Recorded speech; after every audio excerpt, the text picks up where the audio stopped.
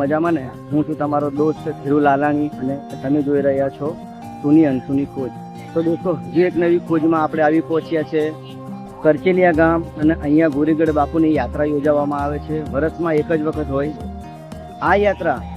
હોળીના આગલા રવિવારે હોય અને અહીંયા પણ 3 મંદિર આવેલા છે. ગોરીગઢ બાપુના 3 મંદિર છે. એક એકદમ જૂનું છે, એક એનાથી નવું અને એક હમણાં બન્યું તે નવું. દોસ્તો, તો બધા મંદિરના હું તમને દર્શન કરાવીશ. મેળાની શું ખાસિયત છે તે પણ દર્શન કરાવીશ. કેટલા એકડમાં મેળો પડ્યો છે અને તમે કઈ રીતે તમે પહોંચી શકશો, આ બધી તમને હું યાત્રા દ્વારા તમને બધી ગાઈડલાઈન આપીશ. અને તમે મારી સાથે બન્યા રહો. તમે અને હું આપણે બંને થઈને આ યાત્રાની મજા માણીએ અને તમે પણ સમય કાઢીને આવો અને આ યાત્રાની મજા માણો. તો દોસ્તો, બન્યા રહેજો આ વિડીયોના એન્ડ સુધીમાં. ત્યાં સુધી ચાલો આપણે જઈએ ગોરીગઢ બાપુની. દર વર્ષની જેમ આ વર્ષે પણ સ્થાનિકો દ્વારા પાર્કિંગની વ્યવસ્થા કરી આપવામાં આવી છે.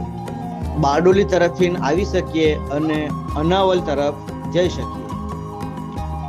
તમે લાઈન જે જોઈ રહ્યા છો એ સરકારી બસ માટેની છે, જે સુરતથી આવવા અને ગોરીગઢથી જવા માટેની હોય છે. આ સેવા મહુવા પ્રશાસન તથા સુરત પ્રશાસન દ્વારા કરી આપવામાં આવે છે.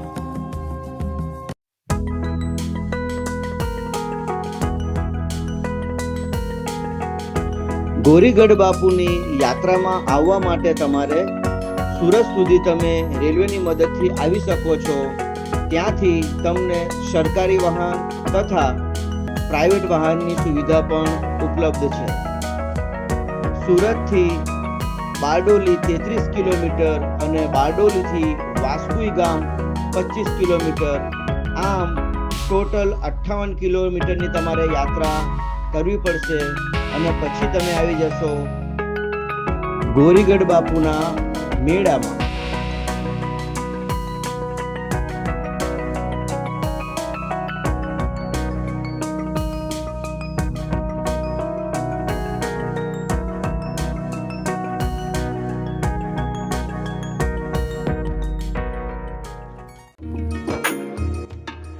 આવી પહોંચ્યા છે ગોરીગઢ બાપુના મેન ગેટ પાસે.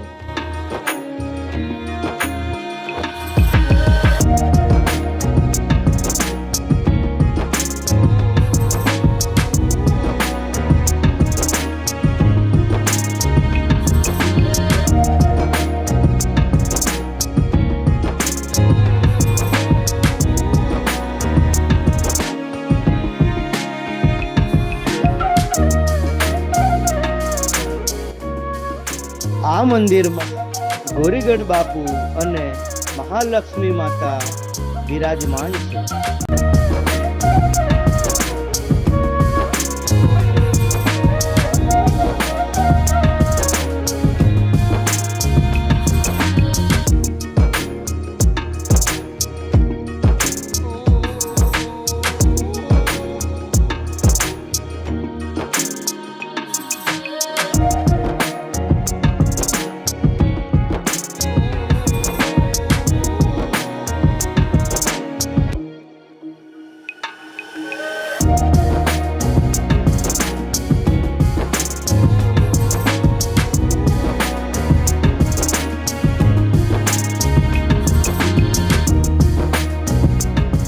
તો આવો જાણીએ ગોરીગઢ બાપાનો ઇતિહાસ. ગોરીગઢનો મેળો મહુવા તાલુકાના વાસ્કુઈ ગામે ભરાય છે. ત્યાં આવેલ એક પ્રાચીન મંદિર છે, જ્યાં વાર્ષિક આયોજન થાય છે, મેળો ભરાય છે.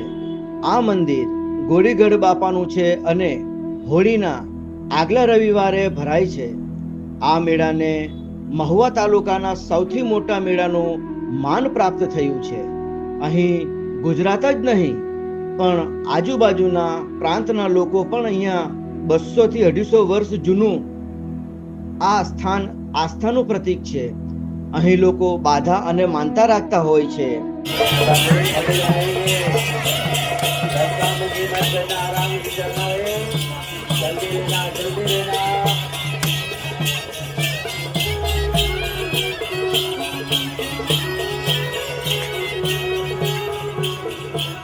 આ વાત છે ગાયકવાડ સરકારની. તે સમયે કીકાસી ગુમાનસિંહ ચૌધરીને 12 ગામની જાગીરી હતી અને આ 12 ગામોમાં જાગીરીદારનું શાસન ચાલતું હતું અને એ જાગીરદારે પોતાના ઢોર ઢાકર સાચવવા માટે 2 ગોવાળોને રાખ્યા હતા. આ બંને ગોવાળો બંને સગા ભાઈ હતા. ગોળીગઢ બાપા એટલે ગોવાળિયા હતા. બપોરે આ ઝાડ પાસે બેસતા હતા. ગામના છોકરાઓ સાથે ગુલિયો ગોવાળ પણ રમતો હતો. રમત રમતમાં તે ઝાડ નીચે બેસી જાય. સાથે ગોવાળિયા હોય તે દર્દી થઈને આવે ને પછી ગોવાળિયા બાપુ ઉર્ફે ગુલિયો તેમને નીચેથી માટીની ચપટી ભરીને દવા આપતા. આવી રમત ને રમતમાં તેઓ હકીકત બનવા લાગ્યું. તે એક દેવ પુરુષ હતા.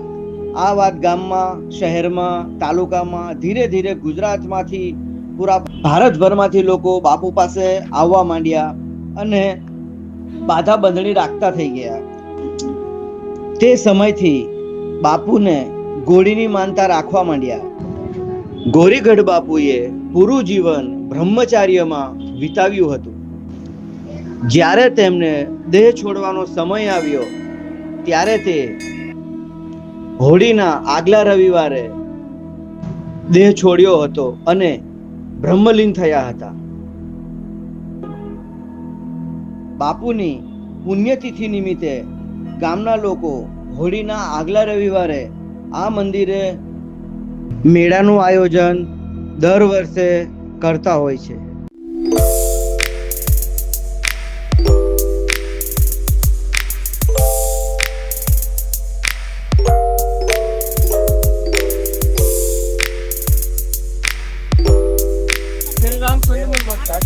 श्री राम क्या होता है इससे?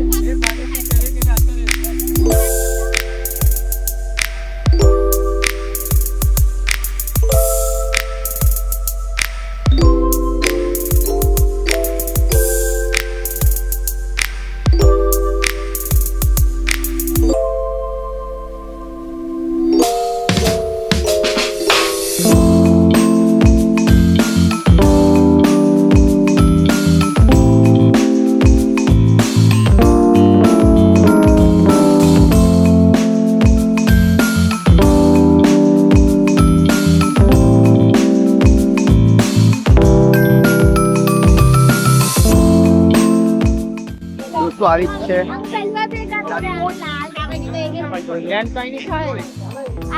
મોજ આવે એક વખત આવો.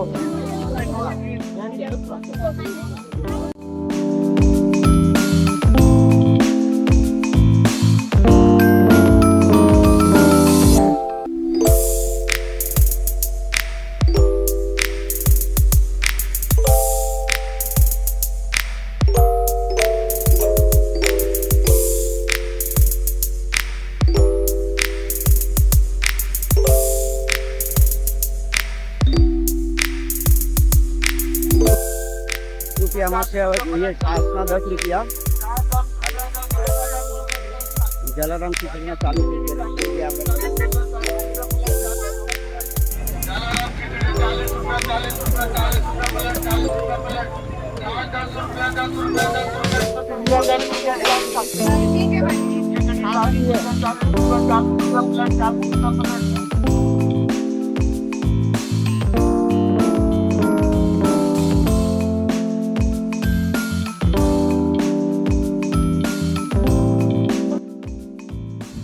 દોસ્તો આવો છે મેળો અને તમે પણ આ વખત તો સમય જતો રહ્યો પણ નેક્સ્ટ ટાઈમ 2026 ની અંદરમાં તમે પણ આવો અને આ મેળાની મોજ લ્યો.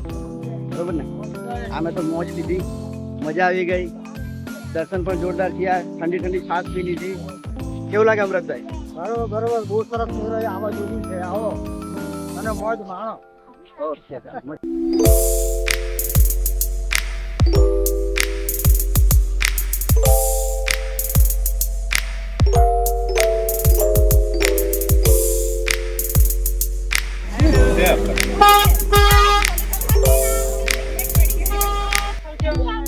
હજુ પાછા એક વખત.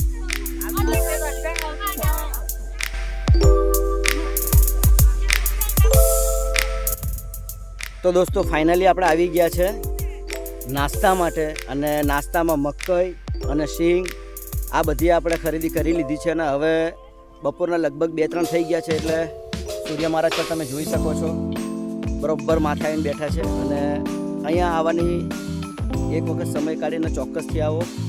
ગોરીગઢ બાપાની યાત્રા વર્ષમાં એક જ વખત થાય છે અને આવો મોકો આપણે મુકાય નહીં, બરાબર ને, કેમ કે આપણે પાક્કા ગુજરાતી, બરાબર.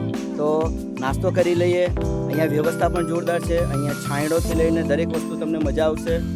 નેચરલ, એકદમ નેચરલ જગ્યા, એકદમ જંગલ જેવી વ્યવસ્થા. જંગલ પણ બહુ જોરદાર. આપણી ઉપર છે જે આંબો અને આંબામાં તમને કદાચ દેખાતું હશે તો કેરી આવી છે. હા, અને કેરી પણ છે પણ હજુ નાની નાની છે, હવે આવતા વાર લાગશે. પણ અહીંયા ગોરીગઢ બાપુની યાત્રામાં આવવાનું ચૂકશો નહીં, કેમ કે અમે તો ફૂલ મોજ કરી. કેવું અમૃતભાઈ? હા, મોજ કરીને એટલે આનંદ. તમે આવો અને એક વખત મોજ કરો. ચાલો મળીએ.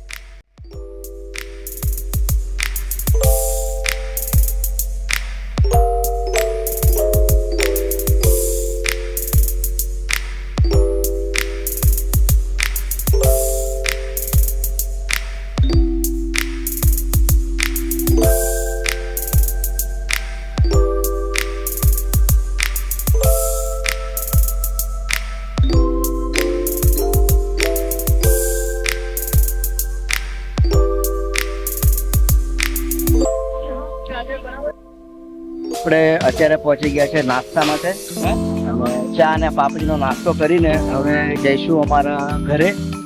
તો દોસ્તો અત્યારે વાગી ગયા છે લગભગ 5, સાંજના 5 થઈ ગયા છે. તો આપણી આ યાત્રાના અહીંયા જ આપણે વિરામ. તો મળશું હવે આગલા આપણા બ્લોગની અંદરમાં.